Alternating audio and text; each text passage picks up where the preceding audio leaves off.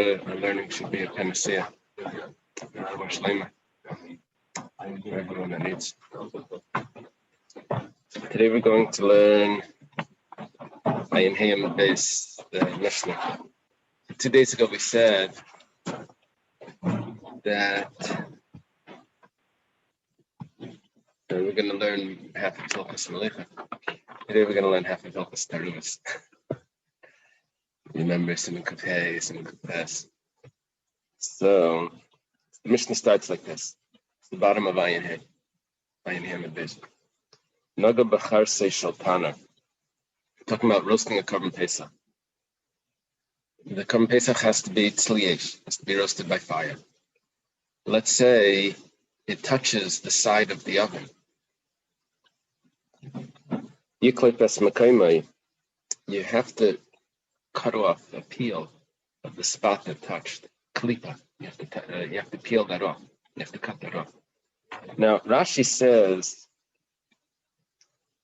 because we learned before that it needs to be tzliesh. Tzliesh it says twice, which tells me that if you rake the coals out of the oven and you heat it just from the heat of the oven that's left, so it's not tzliesh. There's no fire there. So if that's the case, then the oven itself is as if it's garuf.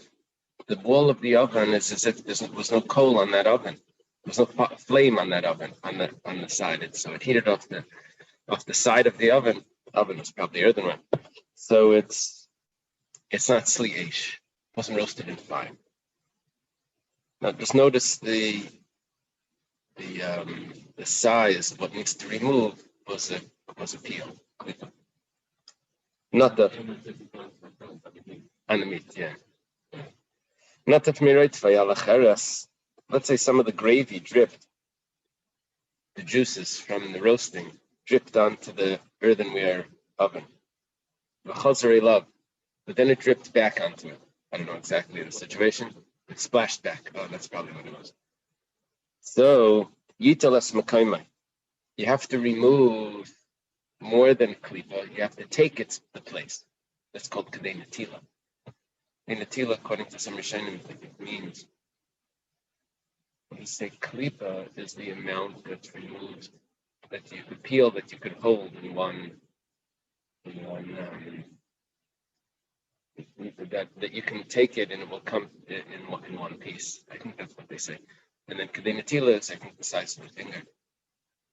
I think it's thicker, a thicker amount. Why? Because this is a liquid. It's more than kadei klipa. It gets absorbed more. Rashi that told us before that the issue was tzliesh, and this is considered like an oven that was raked because it went straight against the wall. I was thinking that it was. He could have said different, because we also learned that there was a difference between two types of coal, the difference between a wooden coal and a metal coal. You could have said simple. It's more similar to a metal coal, that it doesn't get consumed. I don't know. I thought Rashi could have said something easier. There must be some sort of chiddush. Okay, now nataf miroitvay ala soilas. Gemara is going to later explain that this flour was hot. Some of the gravy dripped onto flour.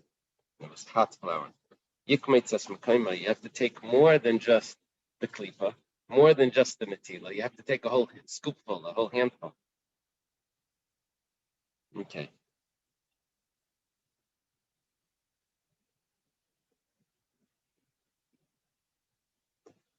You're taking the flour. You're taking the flour, and you're taking that. That's considered kudshim. That became puzzle. You'll see in the Gemara how the Gemara is going to learn this. Okay. So b'shem and truma. Let's say you put oil. They like to put on the meat something, some spices, some, barbecue sauce or something. Let's say the sauce that you put on the Korban Pesach was truma. Zachar b'shem and truma. You put the oil of truma on it. Im chaburas kayanim. If it's a group of kayanim, yaichlo, they eat it. Delicious. Im shel Yisrael, if it's Yisrael that's not allowed to eat it, If it's still raw, then yedichenu. You can wash it off, even though it's oily, but it's meat and it doesn't get absorbed because it's raw meat. You can still wash it. Im tzlihu, if it's already roasted, then that's a problem because it's going to get absorbed. So yiklek the sachitza, and you have to peel off the outer layer. Zacha b'shemen shel ma'aser sheni. Ma'aser sheni is produce that's eaten in Yerushalayim. You're allowed to redeem it in your location, take it to Yerushalayim, take the money to Yerushalayim, and buy new food in Yerushalayim. In Yerushalayim itself, you're not allowed to redeem it. So, if Sacha b'shemen shel ma'aser sheni, so lo yasenu damim al b'nei chabura, shem pay the ma'aser sheni b'Yerushalayim. You can't redeem it there. Why can't you just eat it? Just eat it.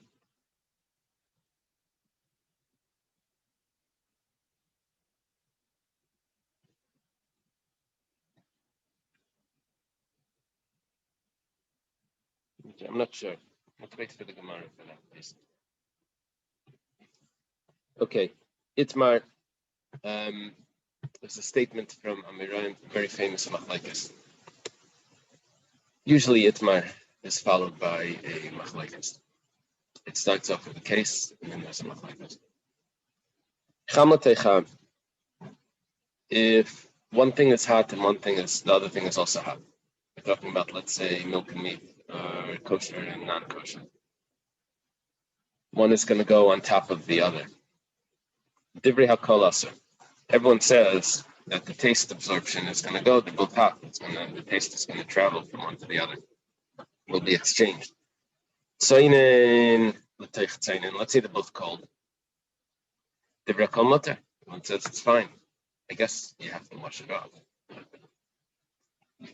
I guess that's what mutar means. Mutar means wash it off and it's fine. Let's say you put something hot into something cold. So I guess it's easiest if you discuss food, not a plate or something, or a table. You put a hot piece of meat on a cold piece of cheese or something. Or you put something cold, a cold piece of meat on a hot piece of cheese. That would be strange. A cold piece of cheese on a hot piece of meat. That would be more typical. So how does this work? Rav Amarila Gavar, Shmuel Amitata Gavar. Rav says that the upper one passes the heat onto the lower one, or the opposite. It's always the upper one that's going to win. The upper one is going to impose it because of the pressure. It's going to push the heat onto the lower one. Shmuel says no. The heat rises. Tata Gavar. Heat travels in a lot of different ways. One of them, and commonly it rises. Okay. So Shmuel would be more typical for us, easier to understand. That if the hot one is on the bottom, the one that's above it is going to become aser because it's going to heat up the next one, and the flavor is going to be absorbed into that. That's what we're discussing. We're discussing the flavor, at least over here. Then we're going to be discussing the Korban Pesach, which that may not be the flavor, that may be the cooking of it. That's another issue. Okay. So Shmuel says Tata Gavar. Rashi here says that even though we always paskin like Rav, whenever there's a machlekes regarding matters that aren't monetary, other isurim, he says here we're going to go like Shmuel because we're going to have two brises that are going to support Shmuel. Rashi points that out right at the beginning. Tanan, start in the Mishnah. Not if the gravy drips onto the oven and it splashes back onto the Korban Pesach, you have to remove a layer of the Korban Pesach. Why? We're assuming here that the cheres was cold. Okay. Now that's our first thought. We're talking before there was an oven, but we're trying it like this. Maybe the cheres is cold. So 1 second. According to Rav, we say ilah gavhar that the upper one is going to overpower the lower one. So mishum hachi yiteles mekaymai. That's why you have to remove a layer of the korban pesach, the azul reitiv. The gravy went. Just wait. It's the Gemara is going to explain. The azul reitiv. The gravy went. It heats up the earthenware that it dripped on. It heats it up to such an extent that now the earthenware goes and reheats the drop of gravy that went on it. Now when it splashes back onto the korban pesach, kamatvi pesach, machmas chamimus of the cheres. It's getting roasted by the heat of the earthenware. So, it has to be from fire, not from the earthenware. So what's happening over here? There's a drop of gravy. The gravy itself was hot because of the fire. It drips down onto the earthenware, heats up the earthenware.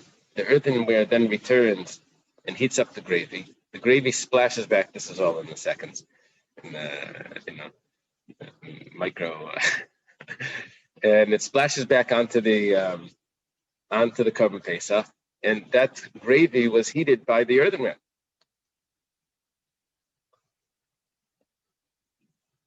According to who could you say this? You can only say this according to Rav. It says that when it dripped down onto the earthenware, the upper one heats the lower one. That we say ilah gavar. Yeah, before I wanted to say that tata gavar, ilah gavar is by food.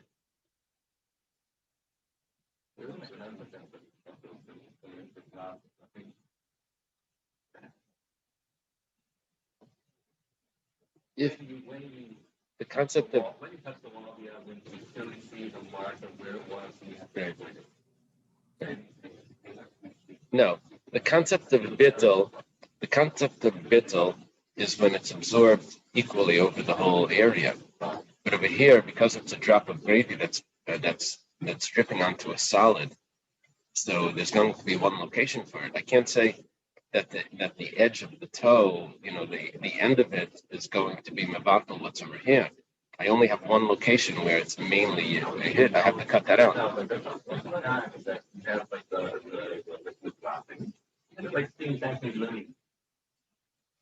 So this, I don't know. They have these cameras. They slow it down. You watch the drop going back. Yeah. But then when it goes back onto the meat, then the meat is going to be the tata, and the drop is going to be the. So you're going to have.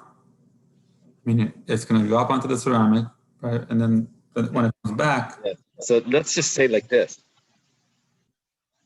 That's a very good question.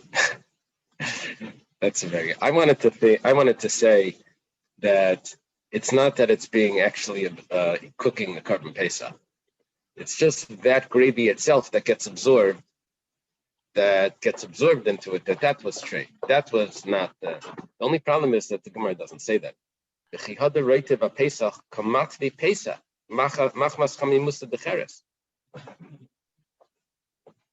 says the pesach is getting roasted.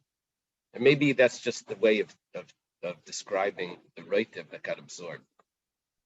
That may be just the way of describing. Yeah, otherwise I don't understand. Daniel is asking a question like this. He said, if the concept is that what's hot heats the lower one, so there's an inherent problem here. What's hot heats the lower one means the upper one falls down and heats up the cheres. That's what Rav is telling me. All of a sudden, I switch my opinion, and now I say the cheres now heated the reitiv, and that's the other opinion. And then what gets worse is that when it goes back onto the korban pesach, is it the top or the bottom? It's hitting the bottom of the korban pesach, and now we're again saying that. So, Yeah. Rabbi Smith, I pictured Complication. splattering. I pictured this meat splattering, and when meat spatters, at least in my oven, it can splatter to the side and up. Uh-huh. So I picture it splattering up and then falling back down. Uh-huh. Uh-huh. And then you have the whole problem. In the roasting, though, if it goes up,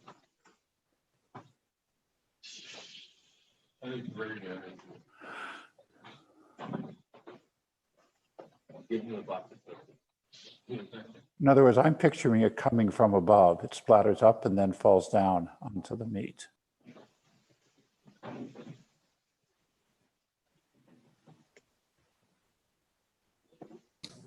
Is it really a that would actually answer all the questions. That would answer everything.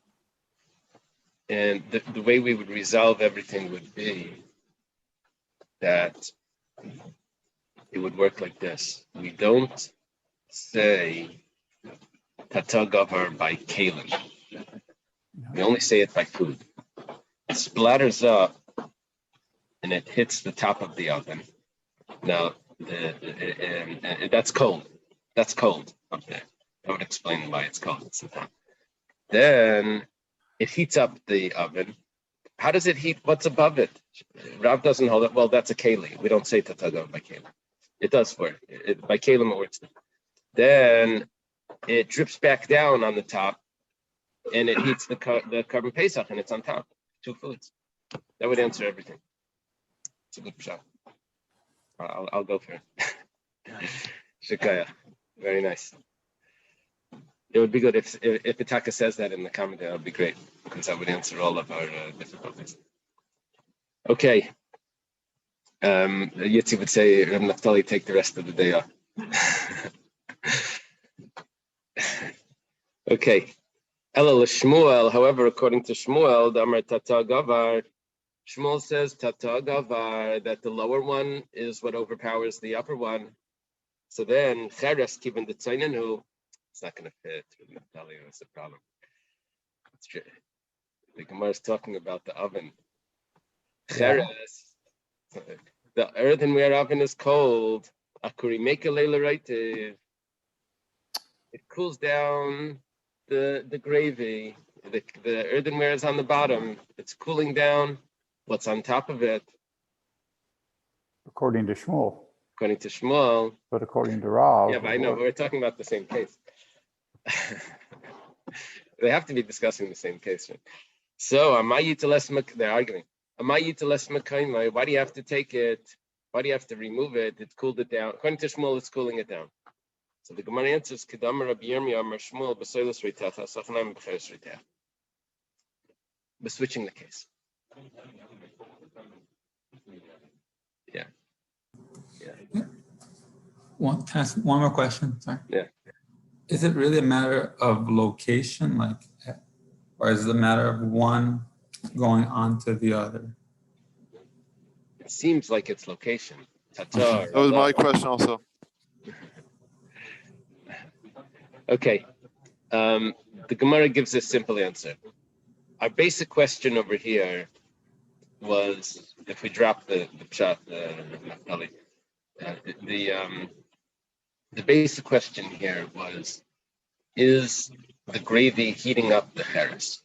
According to Rav, yes. According to Shmuel, no. Question was, so if that's the case, so what's the problem with the gravy? According to Shmuel, why does it say the gravy goes back onto it, you have to cut it off? The gravy can't heat the cheres. The cheres is on the bottom and it's cold. According to Shmuel, the bottom wins. So the Gemara answers that the cheres was hot. That's not our issue. The whole concept of Rav and Shmuel doesn't apply here, because the cheres was hot. We're talking about it. We tried to make this a case that's going to tell me something about Rav and Shmuel. It has nothing to do with it because it was hot. Okay. Tanan. Where did we get this from? You could have said this in the beginning. Where did we get this from? This answer for Shmuel. We quoted a comment of Rabbi Yirmiyah that said, just like by the flour, when it drips onto the flour, we said that the flour was hot, was boiling hot. So too over here, the earthenware is also hot. Tanan. We'll start in the Mishnah. Not of mirate ve'alaselis. If the gravy drips onto the flour, yikmetas makaymi, you take a scoopful out of the flour. Kasal kadaitach, we're thinking about beselis tzenenes, that the flour was cold. Why do you have to take a scoopful out? Because the upper one heated up the lower one. It heats up the flour. The hadar hadrana v'hadra selis umratach leila diday, and then the flour goes and heats up the reitiv. The kamat reitiv machmas chemusa de selis. See, what's the problem? The reitiv dripped out. What's the problem with? I'm allowed to eat the korban pesach with something else. What's the problem with it? Why do I have to take it out of the flour? That's perfectly kosher. I have other things there. I can eat it with something. I can put oil on it. So I put flour on it. Rice, it's fine. So so what's the problem? The problem is that the flour is getting heated by the reitiv, and then it's returning and heating the reitiv, and the reitiv becomes not kosher because it was heated by machmas davracha, by the flour. So if I go like,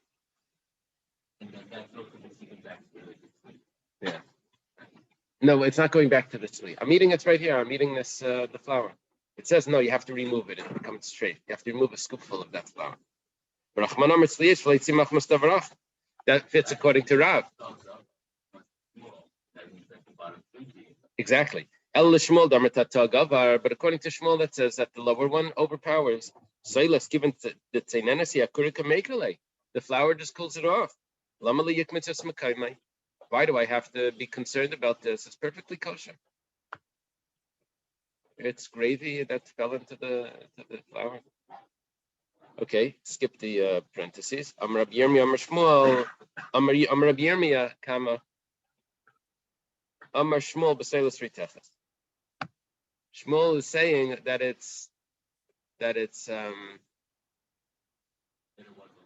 the flour was hot. So it has nothing to do with Rav and Shmuel. The flour was hot, and the flour heated the reitiv, which creates an inherent problem because we're not allowed to cook. If you're eating other food with the korban pesach, you would need to make sure that food is not hot enough to cook the korban pesach. That's what we're learning from this. He's talking about bishul.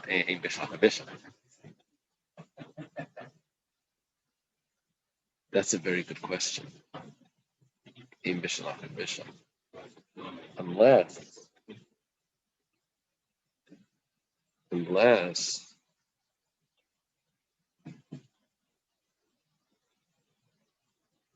we don't say aim bishul, there's not an Niglei Tal that discusses. If you say what's bishul by water, yatsi levis. That's bishul by water, by liquid, right?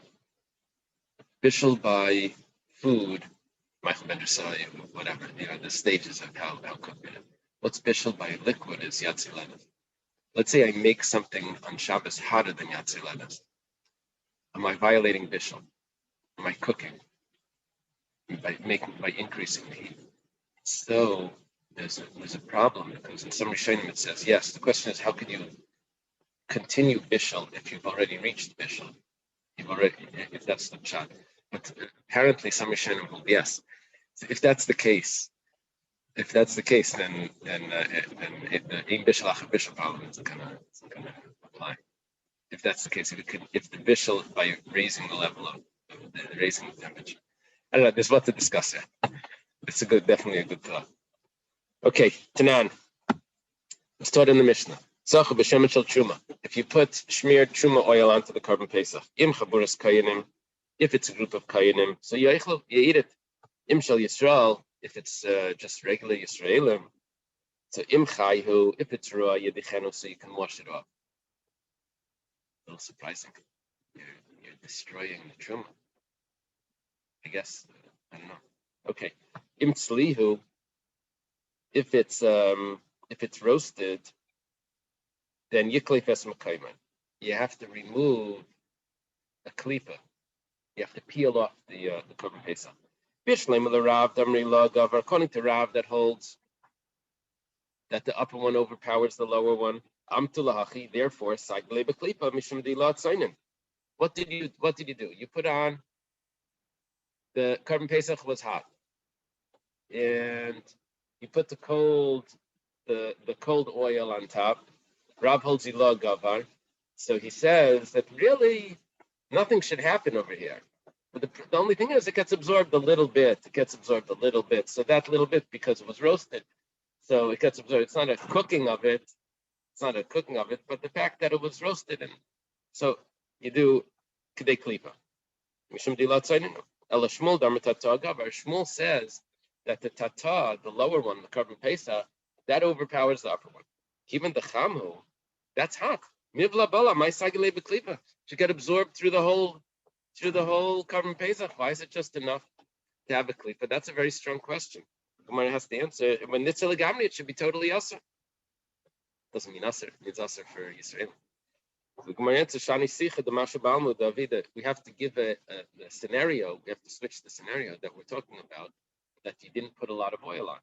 It was such a small amount of oil, a little shmear, that it actually couldn't go more than that. It was just that amount. According to Shmuel, you're right. It should, if you would keep adding oil, then it would actually go through. But you didn't do that. You just did a little bit. Okay. Tanika say the Shmuel. This is what Rashi mentioned before, that there's brises that support Shmuel. It's a very strong support. Two brises. Here's the first one. Chamotecham aser. Hot into hot is aser. And also cold that goes into hot. Aser. It's aser. I remember Iran. It was Iran in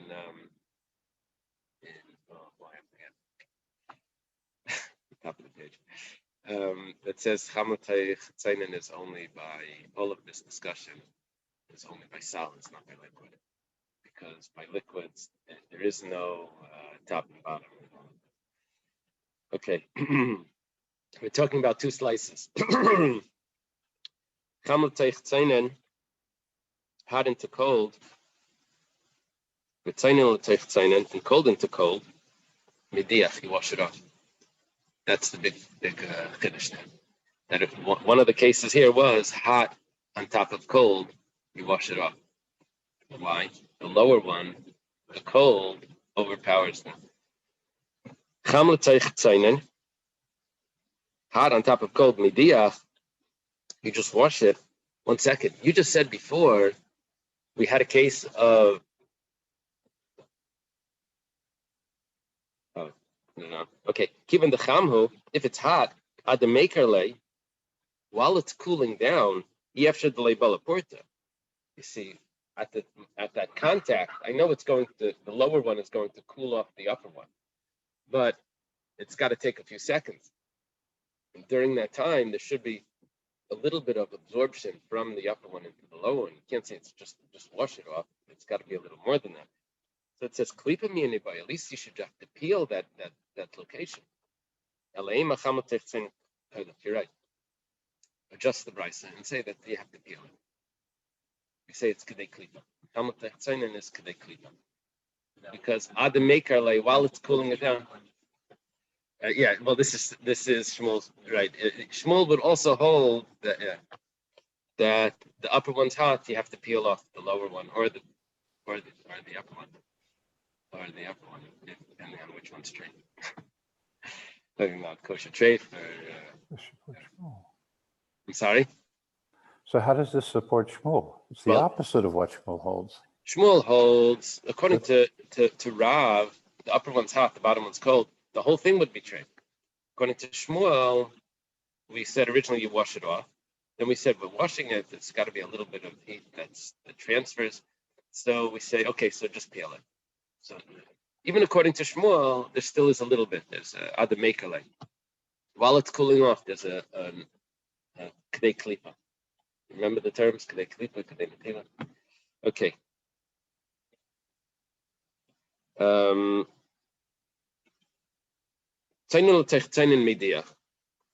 However, cold into cold, that is correct. That you just wash. Tani idach, there's another brisa. Basar reiteach shenafal teicholav reiteach. Meat, hot meat that fell into hot milk. V'chein tzeinin shenafal teicham. And the same is with cold that fell into hot, that's aser. Okay? Cham l'teich tzeinin, hot that fell into cold, but tzeinin l'teich tzeinin, and cold that fell into cold, that's midiach. That you just wash. The Gemara asks the same question. Cham l'teich tzeinin midiach, hot onto cold, you just wash it off. Given the chamwa, the maker lay, you have to lay balaporta, klipim yeni bai. While it's cooling down, there has to be a little bit of absorption. You should at least have to remove a layer. Elaima, cham l'teich tzeinin koilef, say it a little different. That hot onto cold, you have to peel off a layer. You have to peel it. If it's both cold, then you wash it. Yeah, that ran that I mentioned must be that it's only two liquids, but one liquid onto one solid into a liquid is different. It doesn't mix equally. We will say that the bottom, even though it falls to the bottom, but as it's falling, the liquid is still considered the tata. It must be. Because we mentioned over here meat into milk. Otherwise, I don't know what type of milk is talking about. Probably milk that I know. Just liquid. Okay. Amar Mar. We learned before. Cold into cold, you wash it. Amar Afuna Leishano Shlei Malchu. That's only if it wasn't salted. Aval Malchu, it's aser. Cold things, but if they're salted, that's a problem, even if they're cold. Shmuel says, salting is like cooking, pickling is like boiling. It's like cooking. Pickling is like cooking, and salting is like roasting. Reiteach of roasting. That's the way the Gemara learns it. Rashi says, Kavash, he adds the word in chaymetz, in vinegar. Yeah, we don't actually paskin like this, Rashi. We hold that pickling applies even if it's not vinegar. You hear what Rashi's doing? Rashi's telling you it needs to be sharp.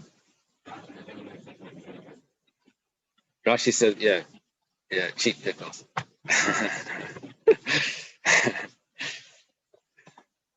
Real pickles are just with salt, right there, with spices, no vinegar. Okay. But it changes the halacha. There's a question because it's clear that there's pickling that the Gemara discussed earlier. The big chiddush that milk and meat, even if you soak it the whole day, it's not aser. It's not aser. Even though it's pickled, it's not aser because it's not mamish mavush. 1 second, there's no vinegar there. There's some sefer that says, yeah, but the milk sours and it's like vinegar. I don't know, that's a quick souring, right? You know, how long does milk last if it's not pasteurized? More than a day. There's a difference in time, though, right? In halacha, vinegar or tzir would be 18 minutes or an hour or something, and then 24 hours if there's no vinegar. Yeah. Okay, Amar Rava. Rava says, Hadam Shmuel Maliach Reteach Chulu. This that Shmuel said that salting is like hot, which we translated as roasting. That's only, and then we added what Rav Huna, was it Rav Huna? Yeah, that's only if it wasn't salted. No, we added what Rav Huna said, that if it's salted, it's aser, based on the words of Shmuel. What type of salting are we talking about? That's only if it becomes inedible. It's so salty you can't eat it. But if it's edible, then no, that's just a little bit of salt. Gemara says, there was this bird, it fell into a pot of kutach. Kutach is a milk dip that has whey, soured milk, and salt. So, Shayir Rav China braid the Rava. Ouch. No, it was dead. Oh, porridge. Yeah, it could be. It was cold also. So Rav Chinna Brei the Rav in Pashrunia says that it's kosher. Can probably wash it off or something, but it's kosher. Amarava man chakim lemishrei milsa kiha. Who's the wise man that could permit this? Ilav Rav Chinna Brei the Rav in Pashrunia the Gav Rabu. It's got to be Rav Chinna Brei the Rav in Pashrunia. To permit something like that, you have to be really wise. He's a great man. He could do this. Amalach, he would say to you, when the Shmuel say that salting is not considered like roasting, that's only if it's inedible. But kutach is edible. It's very salty, but it's edible. And so therefore, but this is only if the bird was raw. That means it wasn't put in the oven yet. It wasn't cooked. But if the bird was roasted, by klipa, you're going to have to peel off a layer because when it's raw, it doesn't absorb. Once it's roasted, it gets dried a little bit and it would absorb the liquid. There's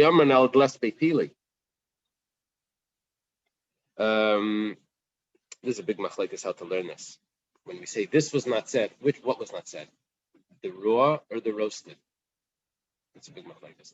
Either way, whatever the case is, if there's cracks in it, then yesbepili, then it's aser, then it becomes more aser. The metivel betavle, and if it's spice, sounds like it was cooked already. It was roasted with spices. Then it's aser. Okay, could be. Okay, it's machlekes rishonim have to learn it. Okay, I'm a Rav. Rav says, "Basar shchuta shamin shetzolam basar nevela kachash aser." Rav has a chiddush here. We're talking about reicha, the aroma of the roasting, two animals being roasted, two meats being roasted. One is kosher, one's not kosher. The kosher one is a fatty piece of meat. And that's going to give off a lot of vapor and the steam and all of that. That flavor is going to spread. The nevela is lean. It's a lean piece of meat, so it's not going to give off a lot. Rav says that it's aser, that it becomes aser. Why? He holds like this. He holds that the fat from the kosher one goes over to the non-kosher one, fattens it up, and then causes the flavor of the non-kosher one to go back to the kosher one. Rav holds reicha milsa. We'll see. My timer, mefatne me'adadi, they fatten each other up. They make each other greasy. Levi Amar afilu basar shchuta kacha shetzalo and basar nevela sham, and exactly the opposite. Levi says the worst case scenario, where the kosher meat is lean and the non-kosher meat is fatty. He says still mutter. My time. Why does Levi hold this? Rav and Levi are contemporaries. They argue. Reicha balmo v'reicha lav milsi. It's just a smell. Smell is nothing.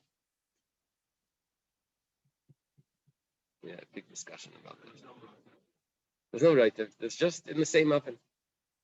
Just in the same oven. Yeah. What happens? They have a rack. They hang pots above the. What happens? You're cooking underneath, and you had something hanging over there. It becomes milk fleshing. What happens from the hanging? It's a big discussion. Yeah, from the reach, the steam that's going up. Mekel, Levi's Mekel. Rashi over here is going to say we paskin like Levi. Tosfos doesn't seem like that, but Tosfos doesn't say that. Rashi says we paskin like Levi. Shulchan Aruch, it seems we paskin like Levi. There's an exception though. There's something called Zeya, which is stronger than this. Now we're dealing with Reicha. Zeya is when there's actually a moist, something moist. Okay. Avad Levi of the Beirish Galusa B'Gdiva Davaracher. Levi was so lenient about this. The house of the Reish Galusa, they roasted a pig together with a goat, and Levi said you can eat the goat. It's not a problem. Meisvei. Gemara has a question. You can't roast two carbon pesachs together because of the mixture. My love, teruva's timing must be the mixture that comes from the aroma that spreads from one to the other. You have to be registered on the carbon pesach. Over here, you're registered on this carbon pesach, and you have the flavor from the other one. It's a problem. The Kashal and Levi, it's a question on Levi. Levi would say there's no problem. Gemara says, lie. We're not talking about the flavor. We're talking about you might mix up, the wrong group is going to take the wrong carbon Pesach. It's not about the flavor. Okay, it makes sense to say like that. Because if you continue reading, it says, even if they're different types of animals, one is a sheep and one is a goat, there still is a problem. Now, if we say that the problem is you might confuse which animal belongs to which group, that's why we say, even if it's a kid and a sheep, a goat and a sheep. But if you're worried about the flavor, so what's the difference if it's a sheep, a goat, a sheep and a sheep, a kid, a goat and a goat? It's all the same issue. It's not an afilu, and even it's the flavor from one can't go to the other. It must be the whole problem over here is a confusion of which animal belongs to which group. But the flavor was no problem. Now let's go back on Rav. You see the flavor is no problem. The whole problem. Why do you have to tell me? Because you might mix them up. It's usher anyway because of the flavor. Rav Yirmiyah says you roasted them in 2 pots. In pots. You're not allowed to use pots for the carbon Pesach. Similar to 2 pots. What Rav Yirmiyah means is that the coals went up between them and it actually looked like it was 2 separate ovens. So that's what he calls 2 separate pots, 2 separate containers. Yeah, so the oven probably the walls are here, the coals are in the center, and the 2 places were on the sides. So whatever it was, the area or something in the center was probably the coals was dividing them. Okay. It's an oven, but because it's divided, it's sli. It's sli. It's roasted. What is broiled? Broiled means with the fire on top. Broiled is basically roasted, right? Okay. I've been assuming all along that this was an oven of the type described in the Gemara, which means there's always a hole on the top. Uh-huh. Those are the only ovens that are described. Right. So in some cases, there is no top. There's only sides. All right. And here, there's also a wall in the center of some sort. Okay.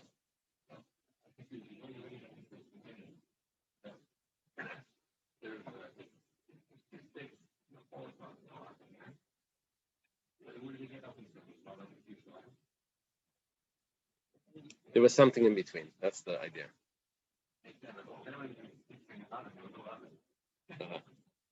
Okay.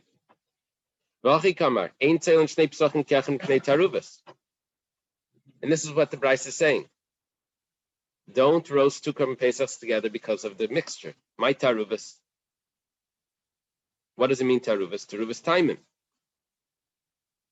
It's a problem of the flavor. Afilu can shtei kederis. And even if there are 2, if it's like 2 pots, which means that there's a wall between them, the leka taruvas time asim shem taruvas gufim. It's still a problem because of taruvas gufim. You might mix up. This is Rav telling me that you have another problem here that you have to be concerned about. Even if you take away that problem, you still have. Even if you take away the problem of reicha, you still have the problem of taruvas gufim that you might end up with the wrong carbon pesach. I feel like even if one's a kid, one's a goat and one's a sheep. Amar Rav Mari. Rav Mari says kitanoi. This that you're discussing here about the reicha, the smell, the aroma, if that's going to be aser machlekes Rav and Levi, is actually machlekes tanoim. You take the bread out of the oven and you put it on top of a barrel of wine. You put it down. You have to put it down somewhere. It was a barrel there. You put it on top of the barrel. Now the wine was actually truma. So Rabbi Meir Eiser, Rabbi Yehuda Mater, Rabbi Yisrael Mater b'shel chitin v'ayis b'shel soirim sha'soirim she'eves. 3-way machlekes. Rabbi Meir says it's aser. The bread absorbs the wine. Rabbi Yehuda says it's mutter. The bread doesn't absorb the wine. Yeah, we're going to put it together. And Rabbi Yossi says it depends what type of bread it is. Zach's bread. No, it depends if it's wheat or barley. Wheat, he says, is not going to absorb. Barley is going to absorb. My love, Tanoi, is this not the machlekes? Exact what machlekes Rav and Shmuel? The Mars of Reichel Milsi. Rabbi Yehuda holds that the smell of the wine that's going up is nothing. Mars of Reichel Milsi. Rabbi Meir holds that the smell of the wine, right? The smell of the wine that's going up is considered something. And so it's a machlekes Rav and Levi. It's a machlekes Rav Meir and Rabbi Yehuda. So the Gemara says the Levi Vadei Tanayi. Levi, you have no way of explaining Reb Meir. Levi for sure holds like Reb Yehuda. And Reb Meir is the other opinion. He holds Reicha Milsa. You didn't put it into the wine. It's just the smell of the wine. Levi can't hold it. He can't hold like Reb Meir. He can only hold like Reb Yehuda. However, Rav, Nema Tanayi, according to Rav, does it have to be a Machlekes Tanaim? Rav holds Reicha Milsa. Somehow Rabbi Yehuda says it's mutter. That doesn't mean he holds like Levi, that Reicha Lav Milsa. Maybe there's another explanation. Amalach Rav will say to you, the Kol Yalma Reicha Milsa. Everyone agrees with me. Reb Meir, of course, but Rabbi Yehuda and Rabbi Yossi also. Alav Yitmar Allah, was it not stated about this?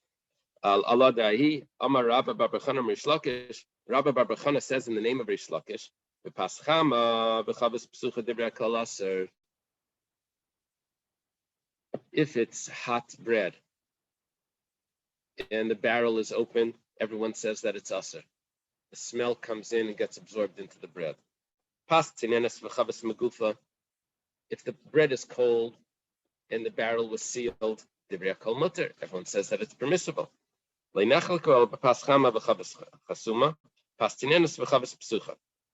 whole machlekes is if the bread is hot but the barrel is sealed.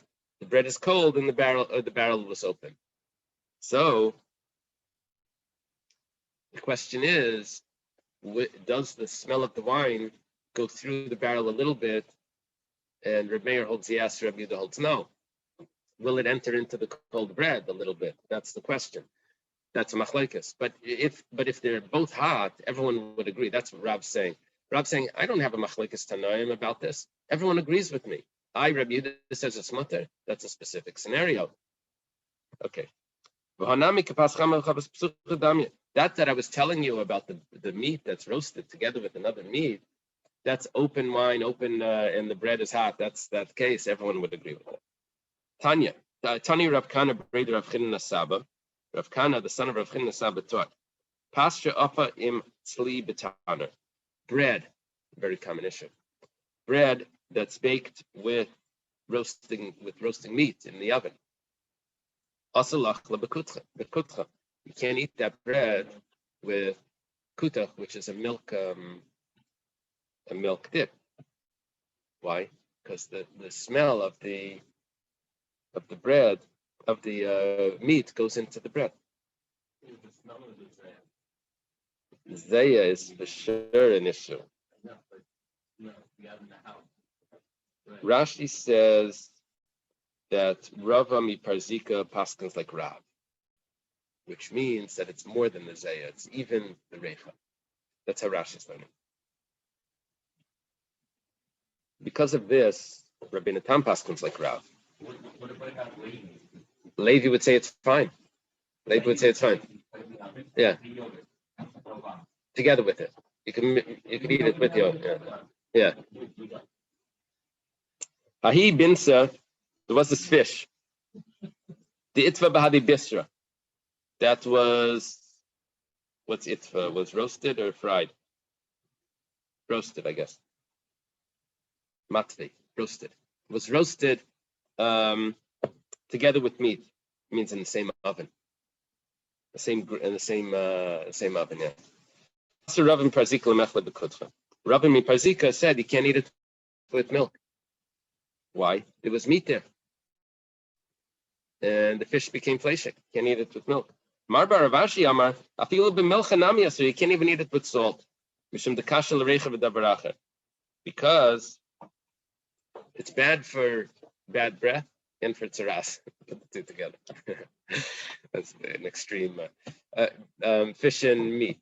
This is the source of fish and meat. That there's a problem with fish and meat together. They can't be roasted together. And reicha, halitosis.